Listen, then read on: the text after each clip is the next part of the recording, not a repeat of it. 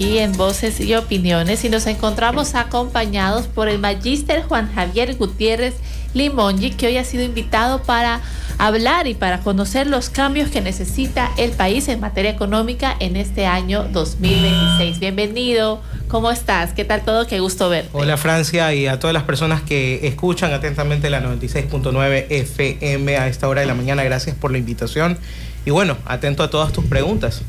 Primero, ¿qué necesita el país en materia económica para este año? Buena pregunta. Y a ver, vamos a eliminar cucos, demonios, todo lo que tenga que ver con malas energías para este año. Esperamos siempre que al Ecuador le vaya bien, porque si al gobierno, a la asamblea, a todos le va bien, al Ecuador le va bien. No, esto no es un gallo de medianoche, ni de peleas, ni de bochinche, ni berrinche. Todos tenemos que poner el hombro para poder trabajar por el país, sea en la materia productiva, sea en la materia económica, sea en la materia de cualquier índole. Lo que necesitamos hoy es crecimiento. El Ecuador tiene varias falencias, ya lo hemos visto en seguridad, en gestión social, en temas, bueno, un sinnúmero de falencias. Pero tenemos que enfocarnos en qué somos buenos. En materia competitiva somos muy buenos para exportar, somos muy buenos para también importar, porque acá hay materia nacional, somos muy buenos para diversificar. Y un poco es eso el foco en este año, regresar la mirada al empresario, regresar la mirada al agro, regresar la mirada al productor, al pequeño comerciante, darle seguridad jurídica, darle seguridad económica y de alguna manera que venga la inversión extranjera. ¿Cómo haces eso? Porque eso no es de la noche a la mañana. Tienes que incentivarlos mediante leyes, y ustedes lo hablan todos los días aquí en este noticiero.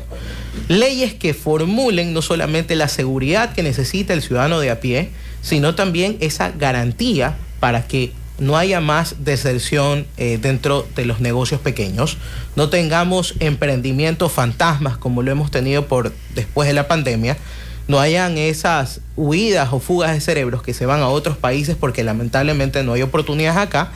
Y pues bueno, incentivar a que ese hub de conocimiento, esa canalización de conocimiento pueda darse en un país tan rico, tan bendecido, que tiene materia energética, que tiene recursos naturales, que tiene recursos no naturales o no renovables, y tienes de todo, pero tienes que saber enseñarle a tu población cómo usar lo que tienes. Eso es la perspectiva para este 2026, pero se necesita voluntad política. Y eso es un poco lo que se necesita hoy en el país. Entiendo lo que hablas es de la famosa seguridad jurídica, ¿no? También eso hace falta para atraer inversión extranjera. Totalmente. Y, a ver, los inversionistas extranjeros, por ejemplo, todo lo que está pasando alrededor del mundo, no solamente el caso de Venezuela, en general, para poder tú instaurar de alguna manera tu sede en algún país, necesitas garantías de ciertos índices, no solamente que la gente tenga empleo, no solamente que tengan los servicios básicos, no solamente, bueno, un largo etcétera, sino también que le garantices que en efecto esa inversión va a ser a largo plazo. Aquí, para poder establecer una inversión a largo plazo, necesitas eliminar también la burocracia. Hay mucho papeleo al momento de poner una empresa, hay mucho papeleo también al momento de poder importar o exportar. Lamentablemente nos hemos quedado en el ranking de los últimos países que han innovado o que han generado técnicas netamente tecnológicas, por ejemplo en las aduanas, por ejemplo también en la judicatura, ¿por qué no decirlo? Porque aquí no estamos fiscalizando, sino que estamos aplaudiendo al compadre de turno que llega por designación de un gobierno o por designación de una bancada política. Entonces nos estamos olvidando de eso, lo más importante, cómo atraer esa inversión, dándole esa seguridad, que la corrupción merme, que todas las cosas debajo de la mesa salgan a la luz y de alguna manera tú le des esa garantía que el pueblo pueda tener una mejor calidad de vida. Así es, y bueno, justamente hablando de los pequeños empresarios que surgieron a partir de la pandemia, vemos que uno de los problemas principales que han tenido, digamos, los pymes, los pequeños y medianos empresarios, incluso los emprendedores desde sus casas, es, digamos, tantas obligaciones, tanto tributarias como a nivel de seguridad social, que realmente se vuelve insostenible que una persona que apenas empieza su negocio pueda comprometerse a tener. ¿Qué tipo de regulaciones o qué tipo de propuestas podrían formularse para alivianar la carga a estos pequeños y medianos empresarios? Importantísimo lo que has tocado, Francia, porque, a ver, hay que hacer un acompañamiento a la gente. Aquí a la gente no la puedes tirar a la fosa de los leones. Pues tienes que hacerle un acompañamiento directamente de qué es lo que van a pagar, cuáles son los tributos en materia legal que tienen que ellos asumir. De alguna manera, si es factible o no es factible pagar ciertos tributos, pero hacer un análisis prácticamente de la persona o de su negocio. Hoy en día los negocios no rinden por, como te digo, falta de financiamiento, inversión, oportunidades dentro del mercado, no hay tampoco créditos para algunos microempresarios y la gente se desanima y hace eso que aumente la deserción en los emprendimientos. El Estado te debería garantizar, así como garantiza y debería, entre comillas, garantizar también una gestión en el IES, por ejemplo, con los jubilados, dándole sus pensiones en sus obligaciones diarias o en este caso mensuales. Preocuparse también por esos pequeños contribuyentes que están moviendo la economía nacional, esos pequeños productores locales que con sus manos trabajan, por ejemplo, el cuero, trabajan, por ejemplo, el área textil o trabajan de alguna manera también dando servicios. Entonces, un poco, como te decía, va de la mano también con la tecnificación. Ningún político en los últimos 20, 30 años ha escuchado, vamos a regresar nuestra mirada al agro. Siempre lo escucho en temas de campaña, pero nunca lo escucho, a ver, esto se puede hacer. Por ejemplo, tenemos países como, países en Medio Oriente que utilizan, que ellos no tienen ni siquiera lluvia, ahorita que estamos pasando por escasez de lluvia. No tienen lluvia, pero están utilizando de buena manera el agua que tienen, a pesar que es escasa. ¿Por qué no utilizar técnicas de riego para que nuestros agricultores se capaciten directamente y puedan tener de alguna manera una visión mucho más global? O, por ejemplo, utilizar, tanto que nos hace o falta la electricidad, utilizar otras fuentes de energía renovable, no solamente la gestión solar, sino otras técnicas. Y así sucesivamente, te diría muchos ejemplos que hay en el mundo. Por ejemplo, otro ejemplo rápidamente, tenemos los hubs tecnológicos. Por ejemplo, Montevideo en Uruguay es uno de los hubs que muchas empresas internacionales están tratando de atrincherarse allí porque es un nicho de mercado interesante. Y la calidad de vida en Montevideo es muy alta, claro, y también para la gente poder consumir es también alto. Pero eso le da estabilidad, no solamente de una materia política, sino una materia también de estabilidad personal. Y eso es lo que se necesita en nuestros países tanto hoy en día. En tema de comercio exterior, se ha hecho avances importantes. De hecho, este año 2025 fue un año importante en tema de comercio exterior, ¿no? Pero, ¿qué hay que hacer? ¿Qué más hay que hacer? Sé que se han firmado acuerdos con la Unión Europea, de cooperación con China, Corea del Sur. ¿Qué más qué más falta o qué hay que hacer con tema de comercio exterior? Y también a la interna, también porque parte de lo que tú comentabas de la capacitación interna, pero ¿qué hay que hacer también a la interna para mejorar la oferta productiva, sobre todo en la calidad de la oferta productiva?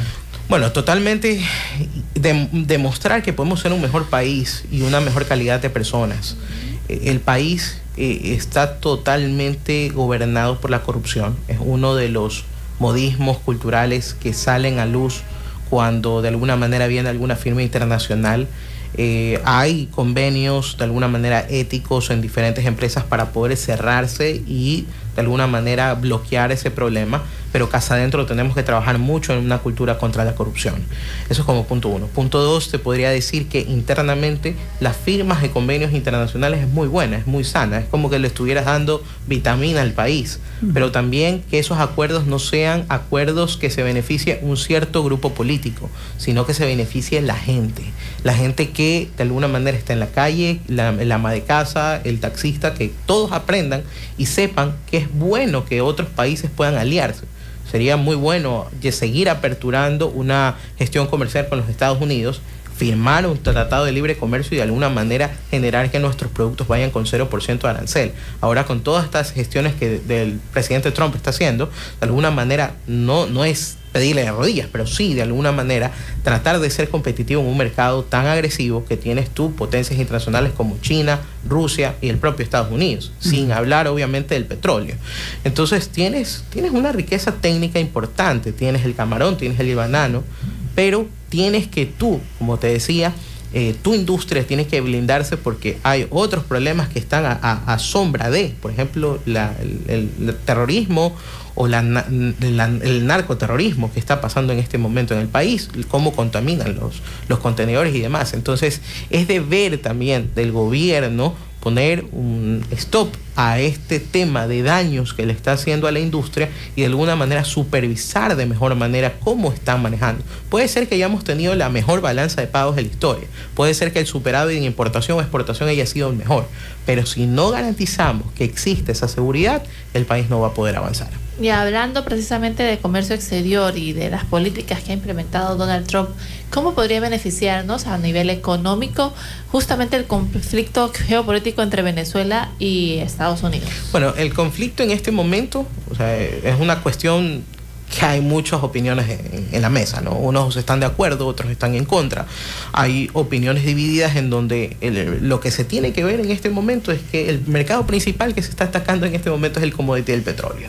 El petróleo, de alguna manera, es la fuente de ingresos para estos países top que les comenté: Rusia, China y Estados Unidos, aparte de los países árabes, para el control del precio. Entonces esto es una cuestión de oferta y demanda, más allá de lo que se luche por las libertades del pueblo venezolano, por el tema de una democracia mucho más encauzada a las vías liberal, pero en este caso también esto es una materia competitiva hacia el mundo. Es decir, los Estados Unidos también quieren poner su competencia y decir, a ver, si yo puedo liderar el mercado, ¿cómo vamos a ver con la oferta y la demanda? Y esto es un tema también geopolítico que afecta no solamente a Venezuela o los Estados Unidos, sino al Ecuador. Porque de alguna manera también nosotros dependemos del precio del petróleo para el alza, por ejemplo, del Ecopaís, o el alza del precio del súper. Bueno, y hay un pocotón de commodities que se van afectando. Entonces, vamos a ver cómo evoluciona esto. Esperamos nosotros que sea una resolución pues democrática. De alguna manera no es tampoco una vía volcarse a ser agresivos económicamente, sino encontrar las vías para que el pueblo venezolano sea libre, pero también que el Ecuador pueda agrupar esa voluntad y obviamente que esto nos sirva para ser más competitivos en los mercados internacionales. O sea, hasta el momento el panorama parece que nos podría beneficiar. Totalmente. Podríamos tener un aliado importante como es Estados Unidos y volvernos tal vez uno de los continentes más fuertes a nivel económico. Posiblemente, ¿no? Sí, no quiero ser muy optimista, pero creo que esa podría ser una de las grandes vías que nos puede garantizar por lo menos este pequeño, no pequeño, pero este conflicto geopolítico entre Venezuela y Estados Unidos. Y creo que también es un poco perder el miedo, ¿no? Perder el miedo al contactarnos con países de primer mundo, en copiar esos ejemplos de manera buena, no de manera de sobreprecios, no de manera de otras cosas. Copiar las cosas buenas para que este país se estandarice de una manera efectiva y que nosotros podamos decir qué bacán es vivir en este país. De alguna manera que los políticos entiendan que hay que darle paso realmente a la innovación, a la juventud y al desarrollo productivo de este país. Yo me quedo con lo que tú dices de que es difícil todavía en Ecuador hacer empresa, constituirse, legalizarse, sacar permisos. Es muy engorroso el tema de la burocracia. Pero ¿qué hay que hacer? Porque tenemos un presidente que es joven, que se entiende y bueno, en general sus funcionarios tienen un promedio de edad y son jóvenes. Pero a veces me da la impresión de que todavía falta ese apalancamiento en la tecnología, esa reforma realmente general del Estado que nos permita hacer más llevadero justamente el tema burocrático, deshacernos también un poco del tema burocrático para que las cosas fluyan mejor. Pero ¿cómo ves tú este tema? ¿Qué falta justamente por hacer en Ecuador? Yo creo que el tema de romper paradigmas, un poco también el sacarnos la hipótesis de que este país es un país tradicional, que no podemos de alguna manera copiar, sino hacerlos nosotros mismos. Necesitamos ver ejemplos de afuera, vuelvo y te lo repito, porque de alguna manera cuando practicamos o vemos las buenas prácticas que existen en otros países, las podemos copiar de mejor manera. Creo que al presidente Noboa y su gabinete le falta un poquito más internacionalizarse, de alguna manera copiar esos ejemplos, como te decía, ir a tocar puertas del sector internacional. Lo hacen, sí, puede ser que lo hagan, pero tienen que ser mucho más participativos. Atrás tienes a gremios de empresarios, tienes a gremios también de la sociedad civil, tienes miembros de diferentes comunidades. ¿Por qué no involucrar también a líderes, no solamente políticos, líderes de tu comunidad, líderes barriales, para poder hacer un consenso nacional? Lograr que en efecto esta economía se pueda mover y no sea solamente en chispazos que puedan existir, como por ejemplo los feriados, el IVA al 8%, darle una movilidad a que la comunidad también pueda participar de manera integral en las decisiones del Estado. Creo que es momento de que los ciudadanos tomen ese poder, un poco también llamar a la conciencia el labor del político. El político debería no solamente fiscalizar, debería ayudar a que las comunidades en territorio puedan de alguna manera pues gestionar todas estas microsociedades, y así podemos convertirnos en un mejor país. Así logras primero que la competitividad crezca, logras primero también que esa confianza en el valor ser, en la base del amarillo, azul y rojo, que es el Ecuador, sea unido, y así tú también diversificas que el país puede ser diverso, pero al mismo tiempo unido en las cosas que van a necesitar de aquí a futuro. Sin duda alguna, eso es algo que necesitamos más que nunca los ecuatorianos, y peor aún cuando hemos atravesado básicamente pensamientos totalmente contrarios, opuestos, bandos distintos.